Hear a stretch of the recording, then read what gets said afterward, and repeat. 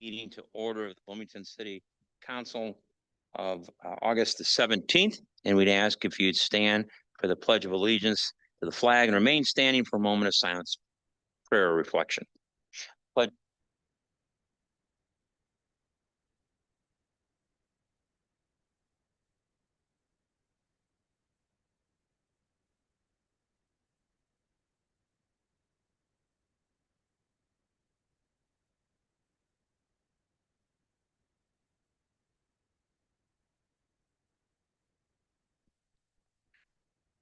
Councilmember Kearns. Here. Councilmember Mosley. Here.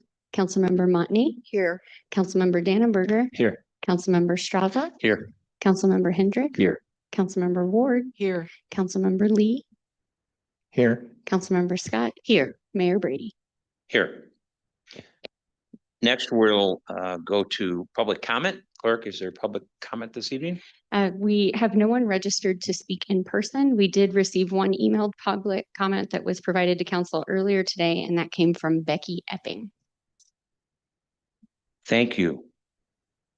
Next, we'll move to the consent agenda, and the items are listed there on the consent agenda. Are there any members that wish to have any item appearing before you for the consent agenda removed? If not, is there a motion? I'll make a motion to approve as presented. Motion by member Hendricks, seconded by member Ward, member Scott. My apologies. Go ahead and take the vote, please. I think we could just do all in favor. Aye. All opposed. All right. Then there's no's and nays to announce. Thank you. Next, we'll move to the regular agenda. And under the regular agenda, we'll have an update on the recent storm damage and the action on behalf of the city of Bloomington and our city manager, Mr. Juergens. Thank you very much, Mayor and Council. I've asked the city forester, who's been wearing a couple of different hats lately, both with Parks and Public Works, to help us provide an update on this. If you can go ahead and load the presentation. We'll tag team this a little bit. It has been a long last few days. The community has been hit pretty hard by a couple of different storms. Part of this item is the extension of 2 emergency declarations that the mayor has signed that we are proposing to be extended for another 30 days. So, but we wanted to give an update on the cleanup, kind of what our assessment of the damage is so far, and ask the community to continue to provide us help by sharing their damage. We've got links on our website that they can go and they can report. Residents can report damage that they've had from the 2 storms, and that businesses can also report damages. So with that, if you go to the next slide. Next slide. There you go. All right. So calls for service. The first storm that hit on 8/13 was really all over our community. We had over 500 calls for service. It was widespread. We had so many calls for service that they were not only going over to Metcom, and Metcom, which is the dispatch center for both the town and the county, they were being overrun with calls as well. So we had calls being answered as far away as Coles County to help during this. At one time, they had 49 calls in the queue to be returned or to be answered. And I will say that we did get back to everybody. We did get all of the calls answered, and we got services everywhere they needed to go. But historically, we're not sure if we've ever had an incident with so many different calls before. And as you can see on the map up there, that's the calls for service during this event. And again, it's just widespread throughout the community. Next slide. Ask again, Dave Lamb, to talk a little bit about some of the tree damages and what we're seeing there. Sure. Thank you. Good evening, City Manager Juergens, Mayor Brady, Council. As you all know, we had a historic storm event on 8/13, which was followed by an historic rain event on Saturday AM with isolated storm amounts almost up to 7 inches early morning localized in Bloomington. So from a forestry Parks and Recreation standpoint, we did have 266 reported tree issues as of today. 140 of those have been cleared by our crews. Got 10 city trees on houses. Those have all been removed. And 5 city trees on cars are all now removed and 3 city trees on fences. Our crews are working 12-hour shifts this whole week as able and have been working on basically nonstop since the storm started. This has been widespread damage throughout the community. It did not follow an exact path like the tornado did in April. Next slide. Again, yeah, forestry crews working 12-hour shifts all week. We did activate the Illinois Public Works Assistance Program called IPW MAN, and we have a crew from Champaign coming over here tomorrow, a full forestry crew to work with us the rest of the week. So we're grateful to their contribution and that the city allowed us to activate that IPW MAN response. Next slide. Sure, Public Works. We estimated as of 6 p.m. tonight, we have 300 loads of brush picked up since Thursday. So that's a lot. In retrospect, this is in 4.5 days. There was 442 loads of brush total from the April 17th tornado. So as we were out driving around and assessing damage, the crews and all the input we were getting is this is worse than the tornadoes. This is worse than the tornadoes, but we're starting to get some data that supports that. And this is one of those data points. As of now, all roadways are passable. Public work crews are also working 12-hour shifts all week and been working nonstop since the event. And we did open the Citizens Convenience Center yesterday and today, which it was normally closed. Stormwater infrastructure was at capacity on Saturday, but it was working as designed. Next slide. Go to the next. Oh, slide. thanks. I'm sorry, Jeff. Yep, Thank you. that's Yep. right. Yeah, so then we go to the flooding event on Saturday, 8:15. We had over 100 calls for service. And during that event, you can also see it's obviously not as many calls, but it's still pretty widespread. And then if you go to the next slide, Dave, if you can talk about some of the issues we had there. Yeah, sure. This is out on 2100 East Road. It was barely passable when we got out there, but the water did recede quickly. Again, the stormwater infrastructure was at capacity, but it was working as designed. All the weirs we looked at, the detention ponds were doing their job. Nothing broke the dams, and so we were satisfied with that. Next slide. Yep, all garbage and recycling routes will remain on schedule. If your garbage is supposed to be picked up today, it was.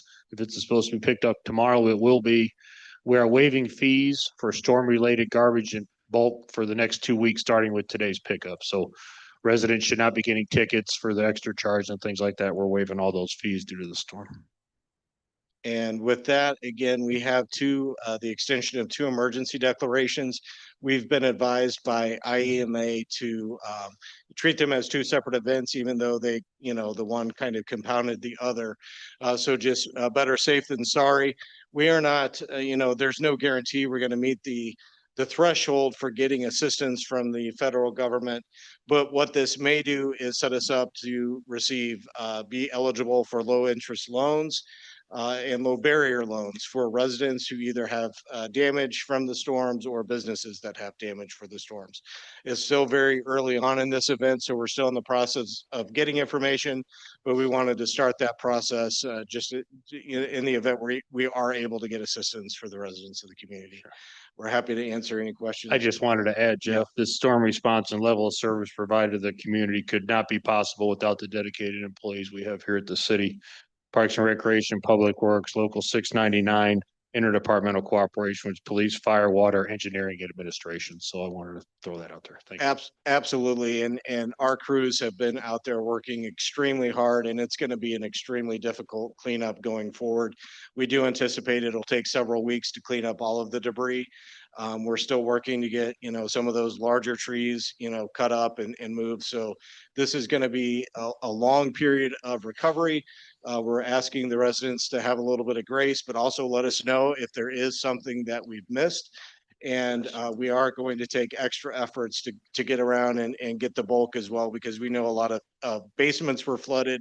So we want people to get those out of the homes, onto the curb, so we can get that picked up as well.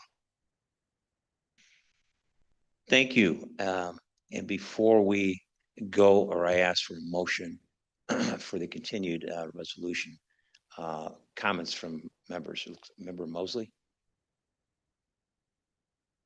No, it was on by accident. Thank you. I just want to thank everybody for their work, but no questions. Are there other members that wish to express a comment before I ask for a motion in a second? Just want to Member thank, Lee?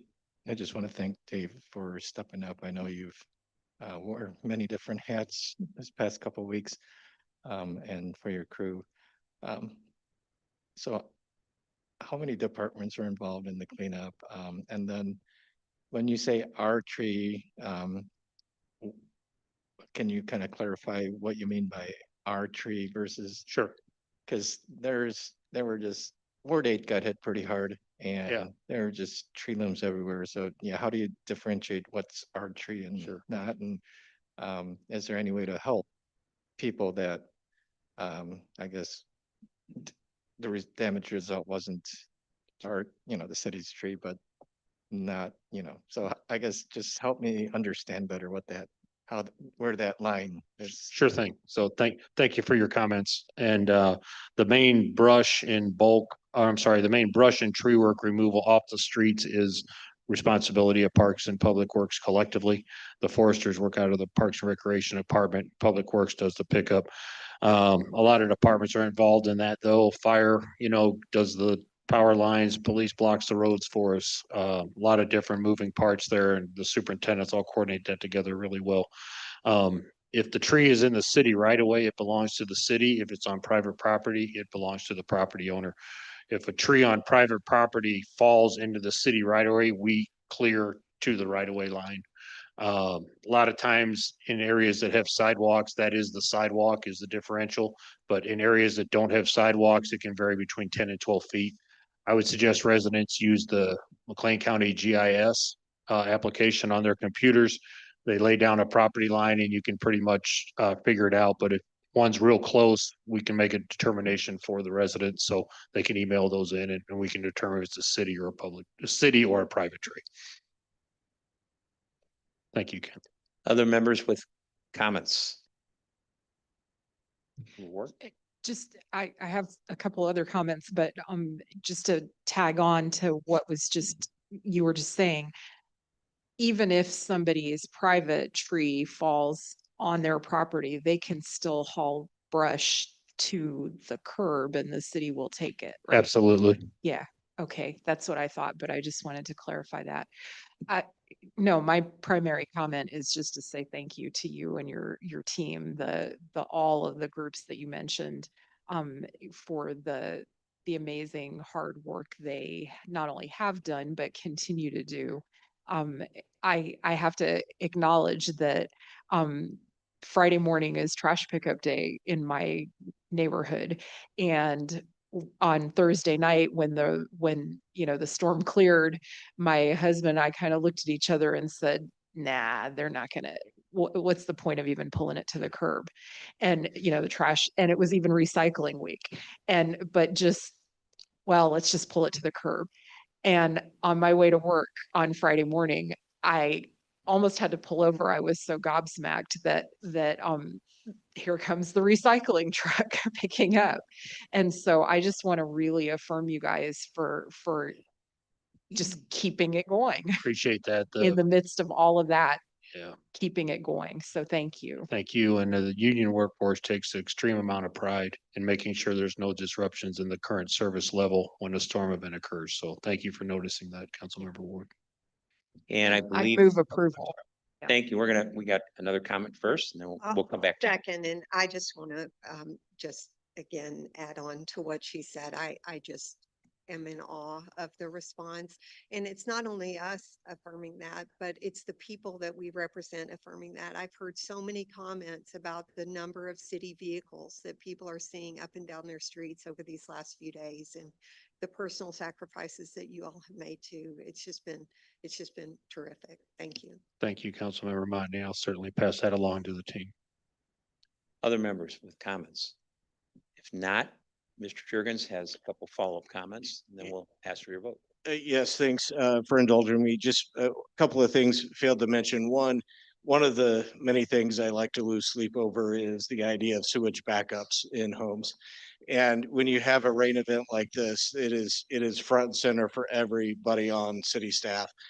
We have not had reports of that with this. And certainly one of the things that has helped with that is the $26 million that this council has invested in rehabs and separations and different projects like that. So, again, that does seem to be helping. And Dave and I were at a location on Saturday where there was some significant flooding in a house and in the yards, all of it underwater. And they said in 21, this was all sewage as well. This time it's just water. So, we are seeing some success from those efforts and just want to recognize that. And then to all of those people who recognize Dave, I again really appreciate his efforts. We were going around on Saturday and we would stop and talk to people that looked like they maybe needed help or were trying to figure things out. And I turn around and Dave is on his knees helping some residents get a generator started.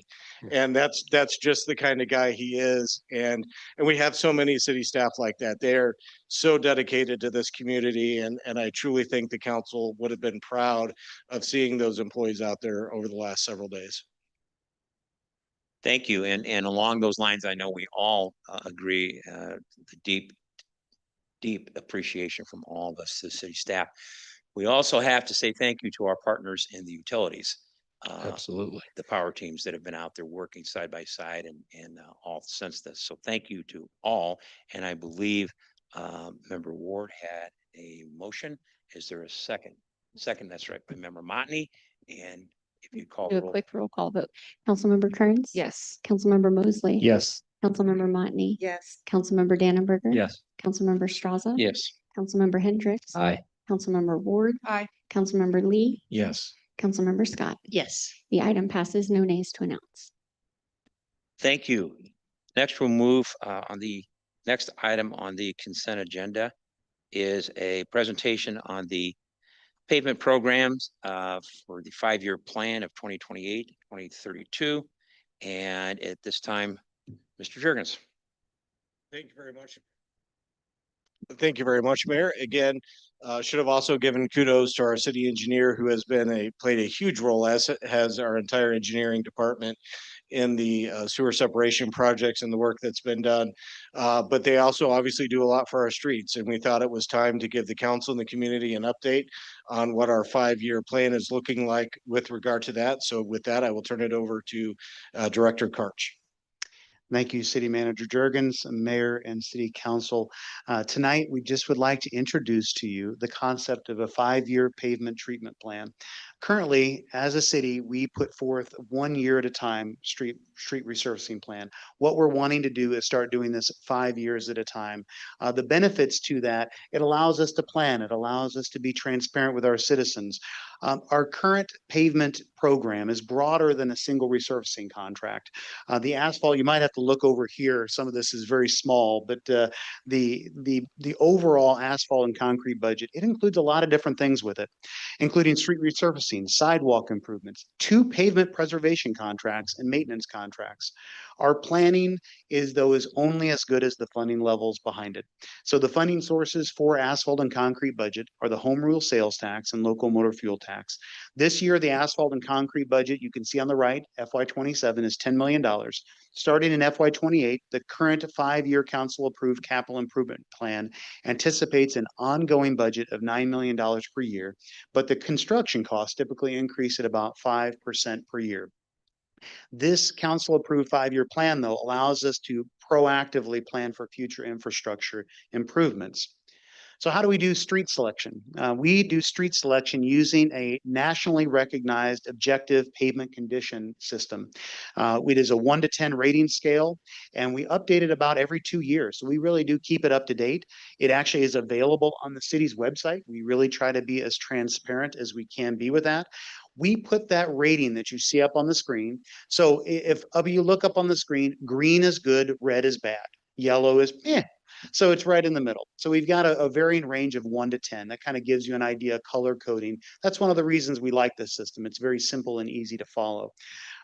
What we try to do is we put that system into a decision optimized technology software, which allows us to then put forth a plan utilizing a worst first technology system. So for example, local streets, more small roads in front of most houses, when they're rated in the 3 to 4 range, then they're looking at for resurfacing. When we have minor collectors and arterials, we're looking more in the 4 to 5 range. We want to take better care of our larger streets. You can see us giving a lot of attention to those.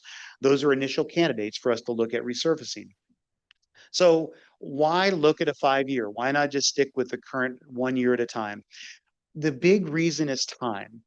We need time to design appropriately. We need time to coordinate with other departments, and we need time to communicate with citizens. A resurfacing project involves a whole lot more than just putting a piece of asphalt on this pavement. Before construction, our engineering staff, we need time to be able to assess the manholes and inlets. We need to televise the sewer underneath. The last thing we want to do is put asphalt down and then come back and dig it up within the next year because we didn't look at the sewers. We need time to be able to address those kinds of needs. We also have to look at the ramps, the sidewalk ramps. Anytime you do resurfacing, you have to look at those ramps and assess them to meet ADA guidelines. Now, we can then incorporate those into our contract documents. So when we don't have enough time, we have to do that out in the field. That can cause delays, it can increase costs, it causes issues for us in the field. Having that longer 5-year window also helps other departments. Let's talk about the water department. The water department, as you know, is doing a lead line service replacement program all across the city.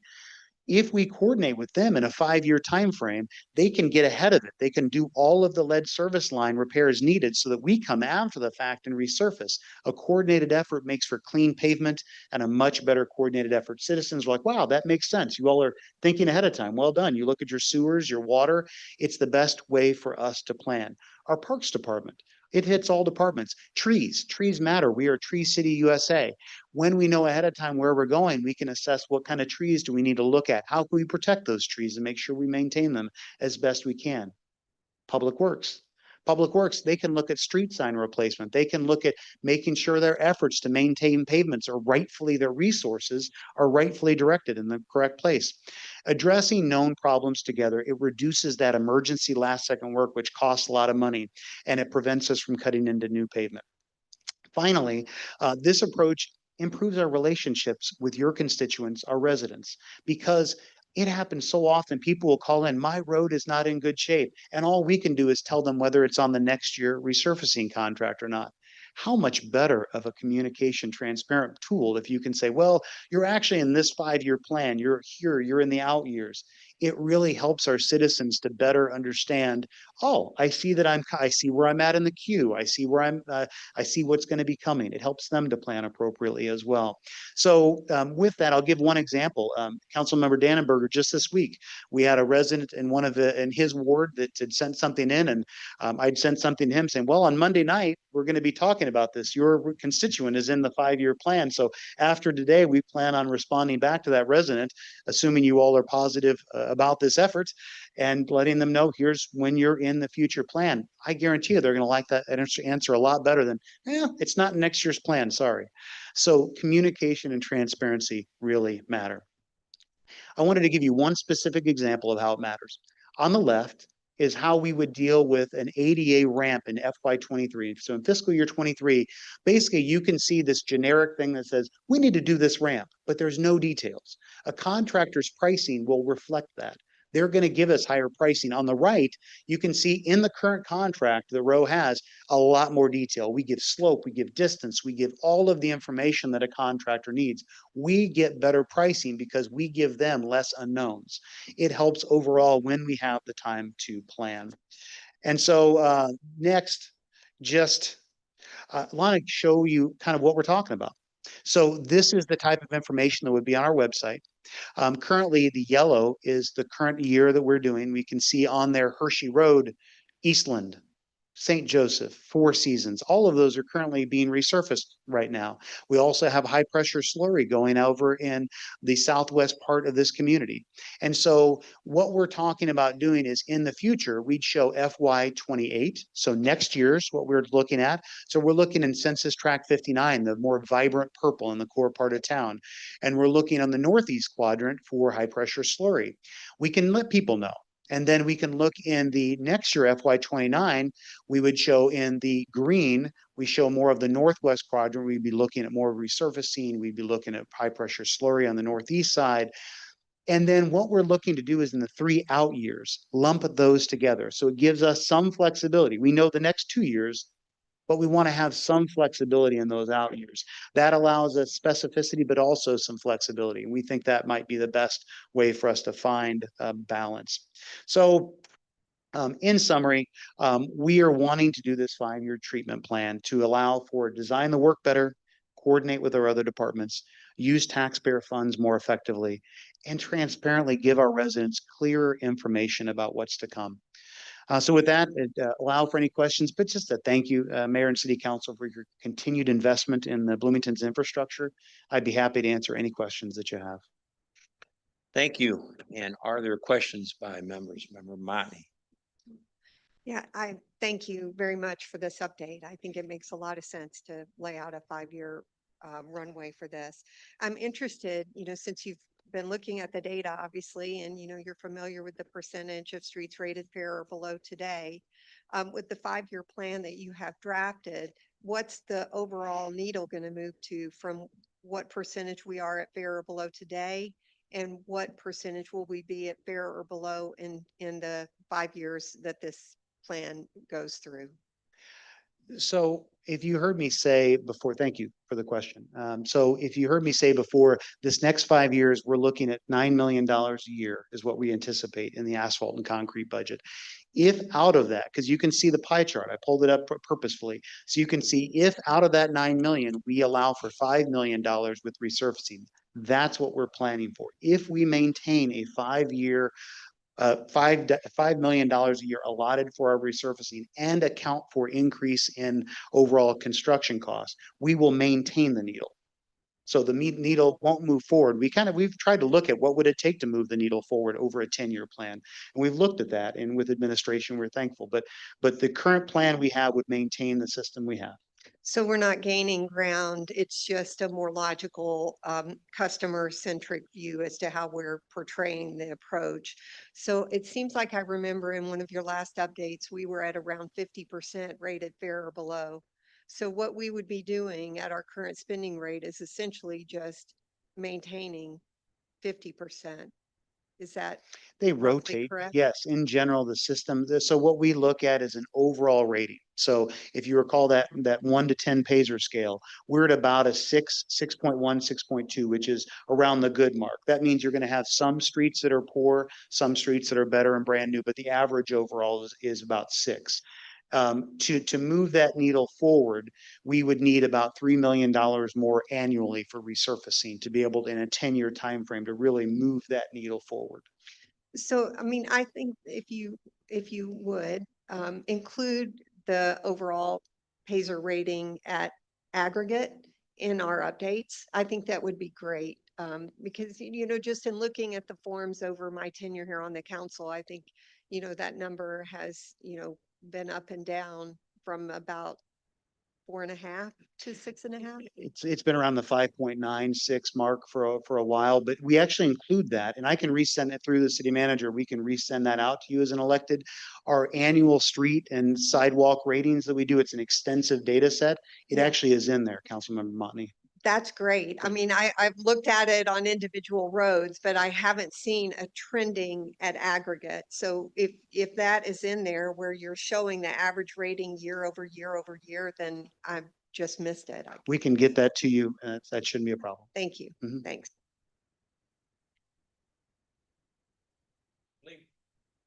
Yeah, hi, thank you for the presentation. And I realize this is in regards to resurfacing, but I have a question regarding storm inlets or sewer inlets. There are some that are in bad shape. How will those be handled as you're doing the resurfacing? Because I know when you resurfaced Oakland, those inlets were repaired before the surfacing. So just curious, I know that the storm inlets are on a different budget than the roads and things like that, but yeah, if you could just speak to that, I'd appreciate it. Councilmember Lee, you're throwing me a softball, so thank you for that. I appreciate it. So no, this is the reason why we want to plan appropriately. Because what we do is we actually literally go out to every sewer manhole, every inlet, open grates, look inside what needs to be repaired, so that when we go out to bid, we tell the contractor this inlet needs this type of work and the next inlet needs a different type of work. And that allows and minimizes changes in the field. So when we do resurfacing, we don't just look at asphalt. We look at everything under the ground that we can possibly see, including the water department. Credit to the water department. We plan this in cooperation with them, plan this in cooperation with Public Works as well. Thank you. Any other? Yeah, thank you for this. And I'm super supportive of the idea of a 5-year plan. I feel like you've made your case in that regard, and I really like that. I do have one request. I appreciate what you were touching on just now and previously in terms of reasons why a particular street, which from a pavement perspective might be in worse shape than another street, might wait because you've got to do stuff underneath that that the other street that might not be as bad off from a pavement perspective, right? And I get that. And I hope that as you're putting forward the plan, you could be really clear about that as you're making particular, putting out particular maps. If one street is red and another is kind of yellow, but the yellow one's going first, to explain why, right? If it's because there is a sewer issue or a stormwater issue, let's be upfront about that. And I think that would be really helpful for people to know. Very much appreciate the comment. And it's a good example of that would be lead service lines. You'll notice in recent years, we've been doing a lot of work on arterial roads, the major roads on the east side or the southwest side, trying to work around the interior core. Why is that? Because now the federal mandate came out and the water department has been putting together their lead service program. And so we know, man, we can't hold off on the core part for much longer. We knew we needed to start giving that love, but we needed to not go in and do the work and then tear it all up. So that's why next year you're going to start seeing a lot of work in Census Tract 59. You're going to start seeing a lot more work in the core part of town. So to your point, it was a coordinated effort. And there were times where we had to also lump streets together. One of the other things that makes a difference is if you put the streets together from a mobilization perspective, we save money. We get better costs for each of the work that we do. So it makes more sense when we lump and group them together where possible. Other members? Member Mott? Just a couple of follow-up questions since the inlet issue was brought into the conversation. So what is our current inventory of the backlog of inlets that are waiting to be repaired? And that would be a Public Works question. I apologize. I do not have the answer to that. We've got that number. We're putting the final touches on the deferred maintenance report, so we should have that soon. That's great to know. I'm just seeing one of the roads that you're going to be getting to in a couple of years, it looks like on this list. I know there's a barricade there at Carl Drive and Wellington Way that I think has been there for a few years. So I know that it's a challenging problem and requires a lot of resources, but I just didn't want to lose sight of it since it was connected in queue to the roads.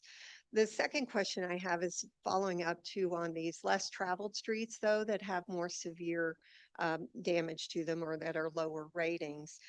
What is the capacity of the paver machine that we've invested in, and how might that paver machine be redirected to get at some of these streets that perhaps may not be contracted out but still need attention? Yeah, I can answer that. So that is still our intent. Obviously, I think as everybody knows, the prices for repaving streets and doing the street work is going up and up and up, meaning that we're spending more and we're getting less, basically. So we have talked to the public and the council before. We see one potential way to get in there is to do some of the work ourselves. So we did add a paver crew of 4. it's kind of this pilot project that we're doing now. We will be evaluating how much grinding and paving they're able to get completed. We should have, some better numbers soon. We may need to look at renting or getting a larger grinder. That's one of the things that we'll look at as part of this, but we will have some of that data soon and see whether or not that's been effective and whether or not we need to make changes to that program. I can also, based on a previous draft of the report of the deferred maintenance report, can share that we have a little over 10,100 public inlets, with approximately 110 requiring repair annually, so about 1% of the total inlets, and that costs between about $500,000 and $1 million annually. But again, we're putting the fine tuning on that report. We currently have a backlog at least of when this was initially drafted of about 159 inlet repairs. Thank you very much. If I Member could Dick? add to that as well, the benefit of a 5-year plan is that we can also coordinate with Public Works. If we know what streets we're looking to do from a larger resurfacing perspective, and streets are not on that list but are in very much need of repair, we coordinate that effort with other departments, and then it can get done, and people can see sometimes some great responsiveness because we are able as a city to be more flexible. Member Dan, had your light on earlier. I did, and I want to thank you, Jim, for this presentation. Obviously, the example you gave earlier with the Briarwood Norbloom neighborhood is a prime example where this would be a huge benefit to be able to go to them and say, "Hey, we haven't forgotten about you. You're on this such and such year of the 5-year plan." So yeah, so for communication and transparency would be great. The one follow-up I have with that particular neighborhood, would this, or in developing this 5-year plan, did you guys think maybe about coordinating with Town of Normal? Because that Briarwood, Dawes, Norbloom area is where Bloomington kind of hands the baton off to Normal. So they often say, well, look, Normal's gotten their streets done 2 years ago, 3 years ago, and 6 years before that. They have all this data that they've all lived there forever. Is there a move maybe that we can make toward maybe coordinating with the Town of Normal to say, hey, we're doing this 5-year plan. In 2 years, we're coming to Briarwood, Norbloom, and Dawes. Can we coordinate with you to do the second half of the neighborhood so we're all over there at the same time and maybe save some money? We can absolutely reach out and let them know about the plan. Good idea. Member Kearns?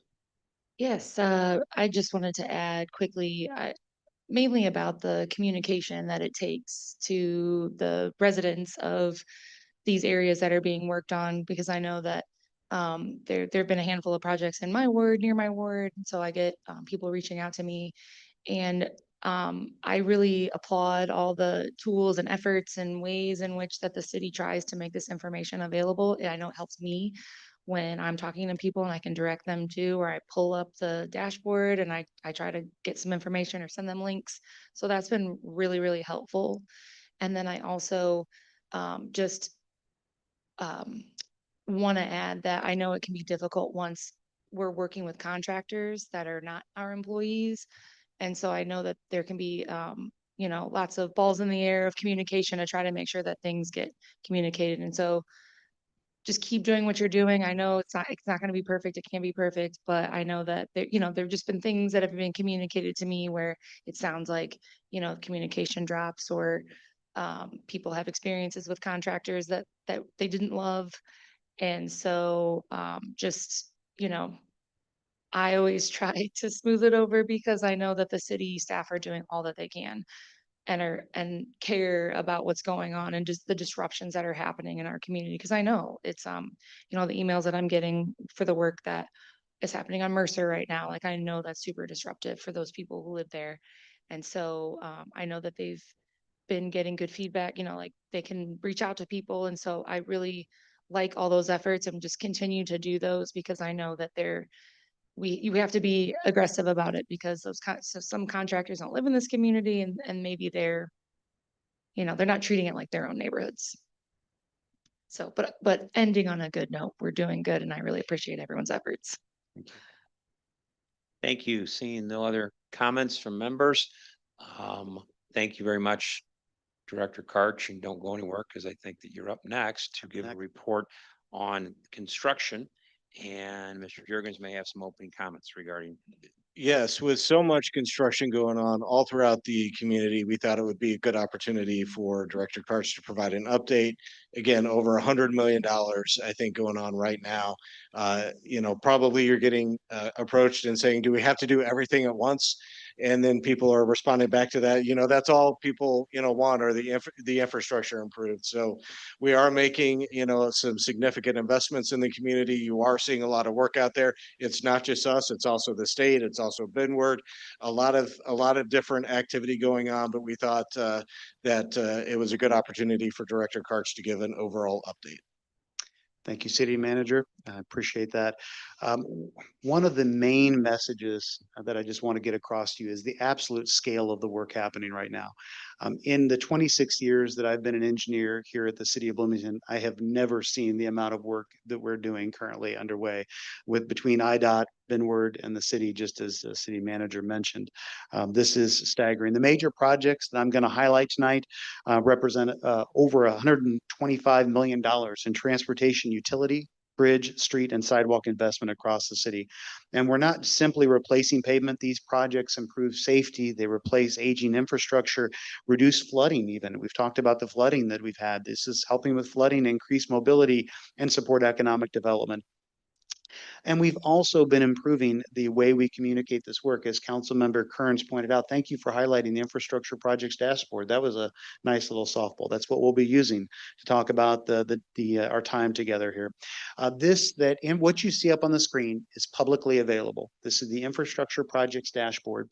It has been used more than 18,000 times. So the word has gotten out, and we've only heard positive feedback from folks about the transparency. This is a transparency tool for citizens. So rather than pull a detail slide out for everything, I actually wanted to use the tool that residents use to be able to walk you through some of our major projects, and then we'll focus tonight on that. So starting off, I'm just going to jump over to the downtown streetscape project and give you some updates on that. So in our downtown, this is a over $13 million job that we've got. Let's see here. I'm actually going to have to pull out my glasses. I'm getting old for this one. So to be able to look at that. Okay, so with our downtown, this is a $13 million project that we've got. We've got the 600 block and the 500 block done. You've seen it. It's beautiful and wonderful. The 400 block, we're looking to have done here in the next few weeks. The 400 block is closed right now. The 300 block is closed to traffic only because the intersection of Main and Monroe is shut down so they can do the work in that intersection.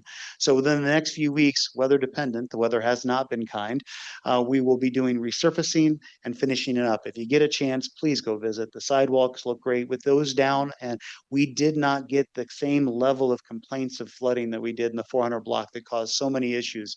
That has been significantly improved. So just a big thanks to that. What you're going to see after the next few weeks, though, is construction is going to stop until the spring.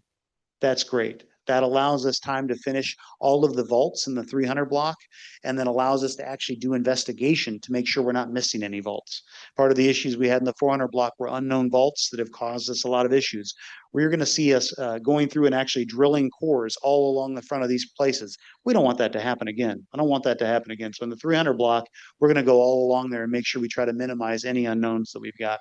But in the spring, we'll start work back up again, and then we will finish that here this next construction season. And Jim, as you pull up the next location, just a reminder to the council and the community that 75% of the streetscape project is underground infrastructure. And again, we're talking about century-old infrastructure that needed to be replaced. In many cases, was mandated to be replaced.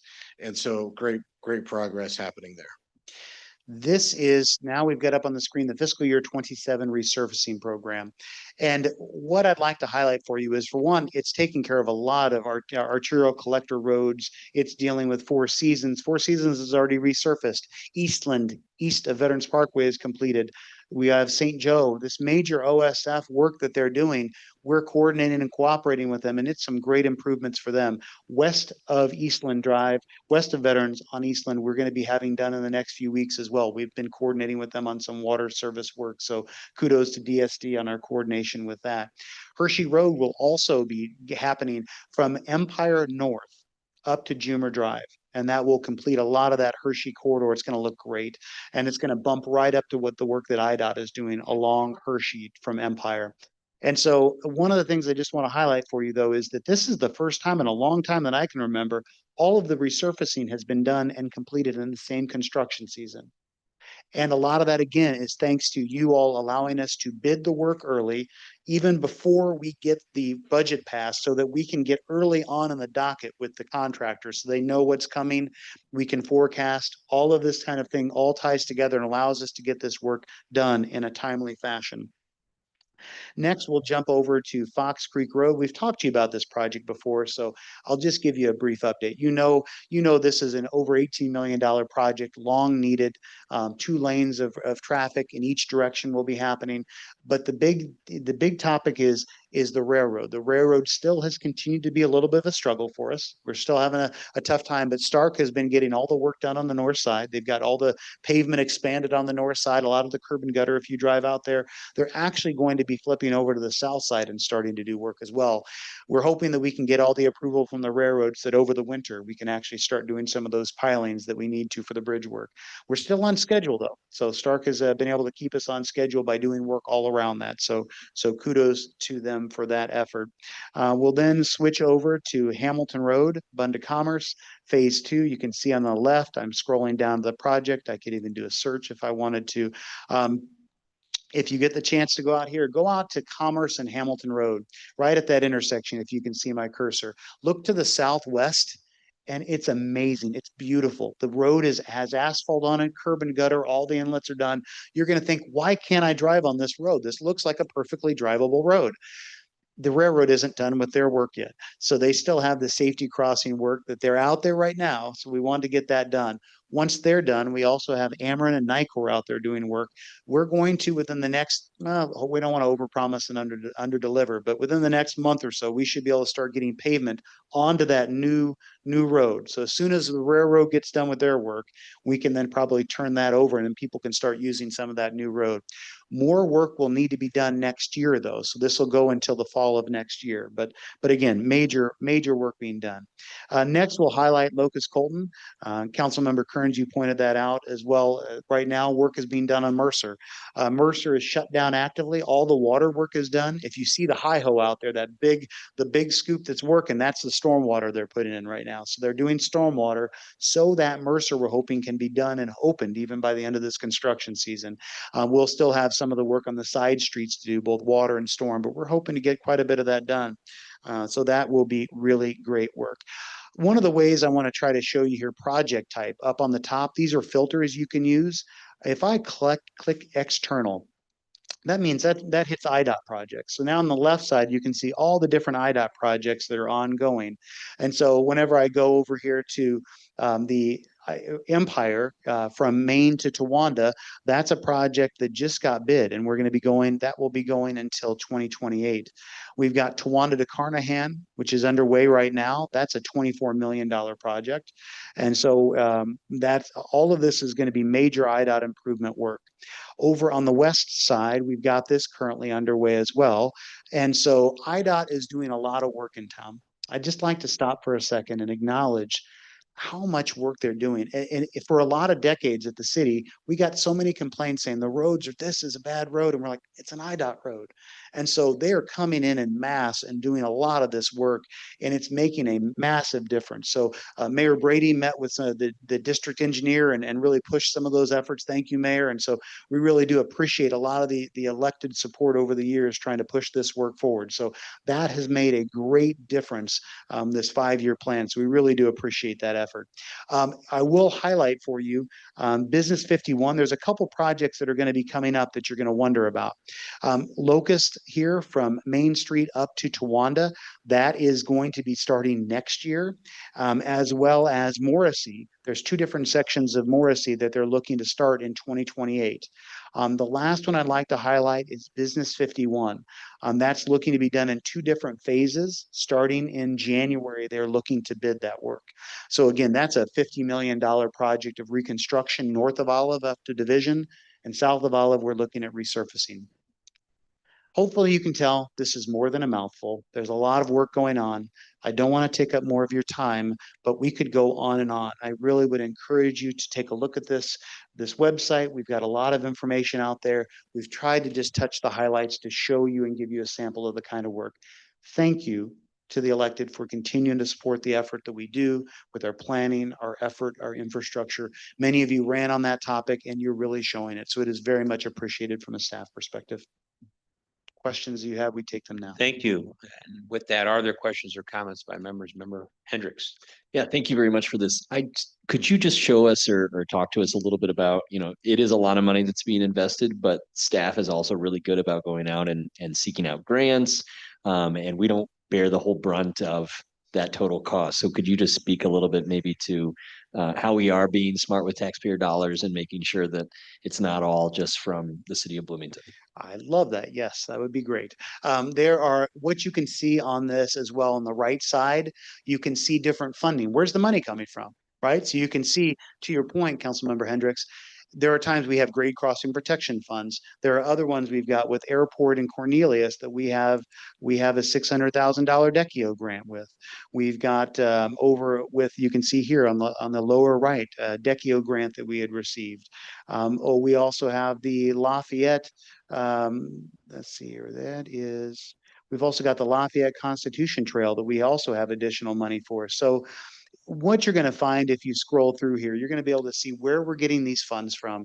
And it gives you an idea of the level of how we are actually leveraging the ways in which we're using these funds. So full credit to the city manager. He's been advocating strongly for that. Yeah, and I would just also add that, in recent history, we've also started asking for federal assistance. So obviously our residents pay a lot in income tax. We're trying to get as much of that back to the community as possible. We've been successful with some earmarks from Congressman LaHood, who has helped us with primarily Hamilton, Fund of Commerce, but with some other projects as well. And then Congressman Sorensen as well, who has provided some funding. We're waiting on the current budget to finally get approved in Washington. It may be a while, but we have some earmarks in there as well. Senator Duckworth is supporting an earmark for some of the sewer work, and then we have some additional road work in there as well. So that is certainly, we are trying to get as much money that we're sending to Washington back here as possible. And with that, are there other comments or questions from members? Ward? I also really appreciate this presentation and your willingness to walk through the dashboard with us so that we kind of get oriented to that. I did have just one clarification. So the $206.3 million that you referred to, that does include the outside funding like IDOT and so forth, right? Actually, the 206 million does not include the investment that IDOT is making. Okay. So that is just city funds. Okay. So that is actually not including. So for example, Business 51 is a $50 million job. We're anticipating that's $1 million of our funds. And so that 206 only includes the $1 million. So yeah, I'm glad I clarified it's that. a good clarification, yeah. but there's a lot of funds in this community that's being expended. So this is over 5 years. You'll see up on the screen. Mm-hmm. It's a 5-year kind of a spread that we're trying to capture Mm-hmm. those. Do you have a basic estimate for the IDOT funds off the top of your head? Oh, I wish I were that good. It would be a guess if I were to do it, but I will put something together for the city manager to email out to you and to the group. When you talk about the Route 51 Olive to Division, when you say it's to bid in January, unpack that. When does the actual digging start? That's fair. The challenge with any capital, there are many challenges. We're hitting the cursory high level. Land acquisition a lot of times is a struggle for any project. IDOT continues to run into that buzzsaw. The Business 51 project they've been looking to bid that now for over a year. They continue to run in, and they did the same thing with Route 9. We run into the same thing. Fox Creek was challenged. Hamilton Road was a challenge with land acquisition. They're saying currently January. That's the general public information they're sharing, but it may be longer. So the reality is if they bid it in January, right now they don't have all the land acquisition. The soonest the bucket would hit the ground would be spring of 2027. So can you unpack that a little bit? I mean, what land are they trying to acquire? Yes. So anytime you've got a road like that, when you do reconstruction, you have, boy, it's a deep well here. I'll try to keep it topical. You have right of way that is city-owned property. Adjacent to that, you may need to acquire city-owned property or state-owned property for turning radii to accommodate semis. That's the most typical on a major project. But there's also easements, permanent easements, temporary easements. There's a variety of land acquisition that a capital project has to be able to get to be able, and before they'll bid it, they rightfully have to have all of those things in place. Does that answer some of the question? We're talking about businesses, residents that are foot dragging Uh, like that, or just it's complicated to get all those people together, or is it? Yeah, sometimes it is all the above. We've seen businesses, we've seen residents, we've seen sometimes they want more money than it's appropriate to be able to give. There's vacant landowners that it's hard to find and track them down. It's a variety of issues. That's why it is one of the challenging facets of capital improvements. Yeah. Thank you. Mhm. Any other questions or comments from members? Director, thank you. And IDOT, if I'm not mistaken, operates on a 5-year budget, do they not? 5-year plan. Yes, they do, Mayor. Thanks. Thank you again. Next, we will move to discussions from our city manager. If there's further discussions you'd like to bring forth, and Yes. then on to other member initiative discussions. Pull up my report, although the screens just went blank, so we'll see. We're getting back. All right, there you go. Really appreciate, just real quick, Director Karch and all of that work. As you said, more work going on than he's ever seen in his tenure with the city. And I will tell you, engineers are just not falling off trees right now. It is hard to find engineers, but we have some really good ones within the city. We're very fortunate and really appreciate, this is a lot of work on our engineering department. So really appreciate their efforts through all of this. Just a couple of other quick updates for the community and the council. If you could go to the next slide. Jim talked a little bit, stole my thunder on the 400 block, but that is coming along nicely. All of the sidewalks are in, both sides of the sidewalks are in. They put some gravel down today. We hope to see pavement within the next couple of weeks. So that is coming along very well. I'm seeing a lot more smiles as I meet with business owners on that block lately than I previously had. So everybody's ready to get that block done, and we've got light at the end of the tunnel if the weather cooperates. Next slide. Within the coming days, we'll be formally announcing that Freddy's will be coming to the community. It is going to be located next to the Dutch Brothers. It'll have another little building next to it as well. So just excited that we are going to get some more investment within the community. Next slide. Tomorrow, we will be issuing a press release on the data center forum panel discussion. The city and the town are coming together to really host this. It will be August 26th at the BCPA from 5 p.m. to 8 p.m. Again, tomorrow we will be releasing all of the people who have agreed to come and be part of the panel. We have the system set up for people to submit questions. So you can use this QR code. We'll be providing other ways for people to do that. This will be an opportunity for, again, we'll gather as many, all of the questions, and then we will have a moderator that will be working the forum as well. And so we will try and get as many questions as we can answered. We've tried to get a diverse panel, so all different kinds of viewpoints, all kinds of different backgrounds. My guess is nobody's probably going to be happy with the panel, and maybe that means we did okay. But we really want to get all different types of viewpoints there represented. Again, so we can get the questions of the council, of the community answered, and at least some more information on this. Then following up, the Planning Commission will be holding public hearings on the regulations that are to be drafted. There will be 2 public hearings, one in October 1st and the second one on November 5th. This will be the opportunity for the public to come and provide their testimony and share their thoughts on any potentially new proposed data center regulations.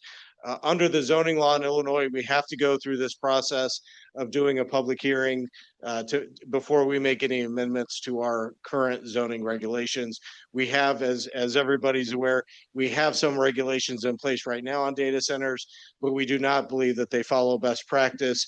And so this is the process of making sure we have better regulations on the books. Next slide. the mayor said this also, but also want to give a shout out to Ameren and Corn Belt. And I know that it was a long period without power for some. I know Deputy City Manager Sue McLaughlin, we asked in our staff meeting this morning, who was the last to get power? And I think it was Sue on Saturday night at 9 p.m. And we know other people suffered even longer periods of time. I think we heard, Mayor, I think we heard yesterday from Ameren that they were down to 10 customers by the, last night that they were trying to get back online. We had hundreds of crews all throughout the state here working on these issues. It was not easy. It was very difficult with the type of damage we had. But we thank them. They were in constant communication with us, both Ameren and Corn Belt, and we really appreciate all their efforts. That being said, we realized people, had a lot of damage from this. And so, as mentioned earlier, if people have spoiled food, we're not requiring additional stickers to be put on bags.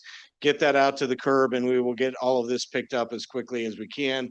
But again, it is going to take us a while to get through all of this and through all the debris and through all the garbage, the flood damage, everything else. So we are on it. We're working. We've made a lot of progress, a lot of great progress already, but certainly this is going to take us a while to get through. And again, just want to say thanks to our public works crews who have done a great job getting out there and getting, 300 loads in such a short time is unbelievable.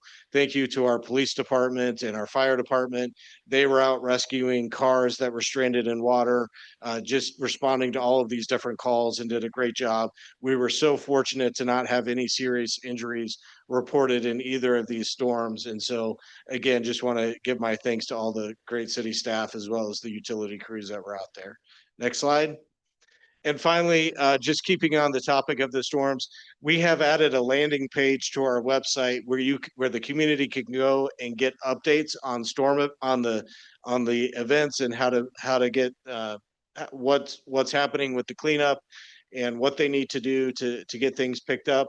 Also on the top of our website, you can see in the red area up there, this is where we are asking both the businesses and the residents to go and fill out these forms. They're not very detailed, but we need to know exactly, what kind of damage you sustained. If you've got a potential dollar amount, you contribute to that. The reason we are asking for this information is because this is what will be used to determine if we are going to be eligible for any additional assistance from the federal government through these emergency declarations. So it's not the city being nosy. This is the information that will be used as in furtherance of seeing if we can get any additional assistance. Again, with at least the goal of us being of the community being eligible for low interest, low barrier loans through some of the damage that has been caused. And that is all I have, Mayor.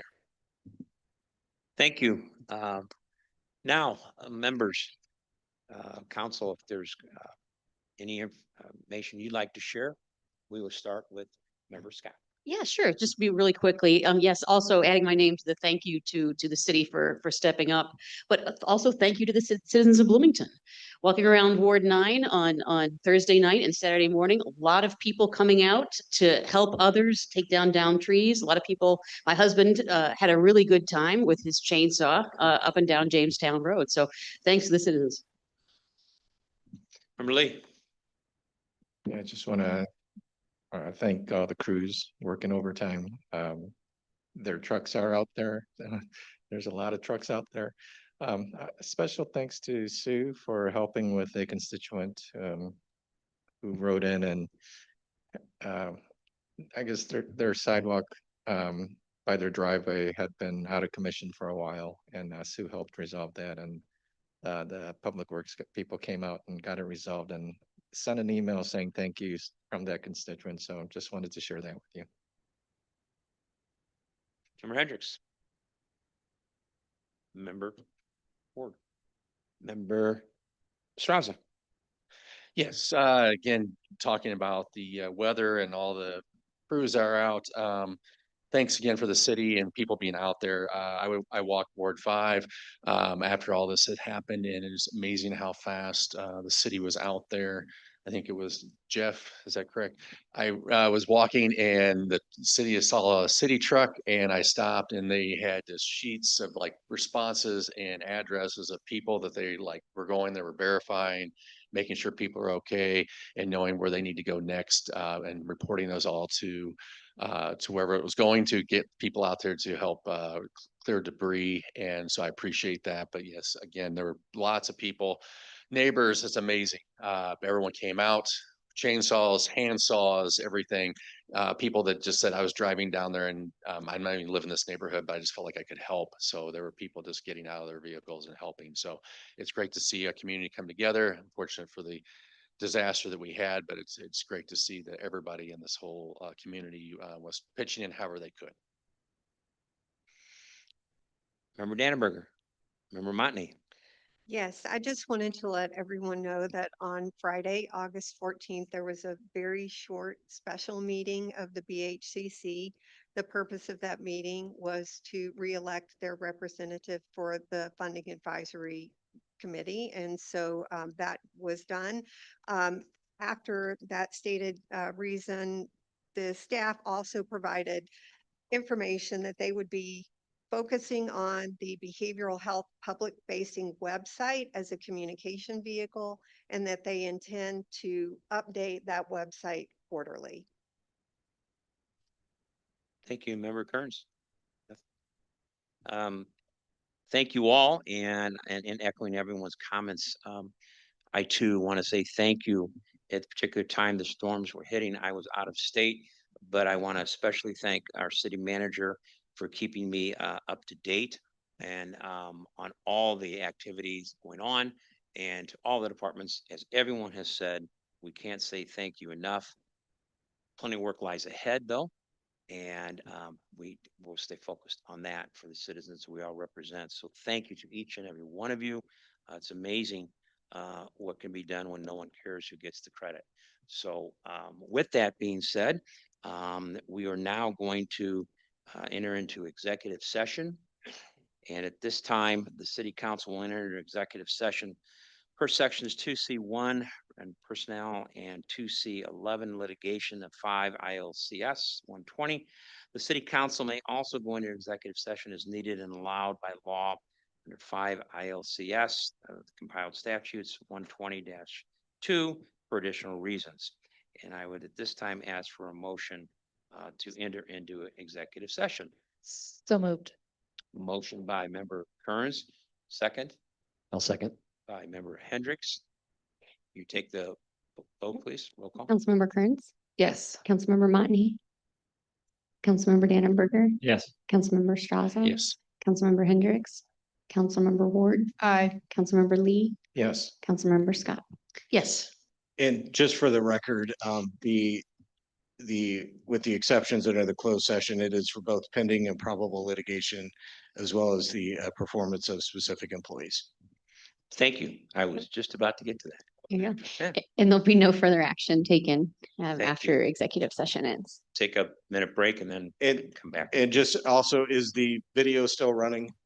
So we will just adjourn immediately. There will be no action taken. So if we want to stop the recording, we can do that too, so that you guys don't have to come back in.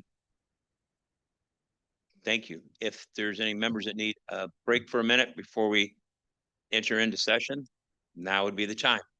Thank you.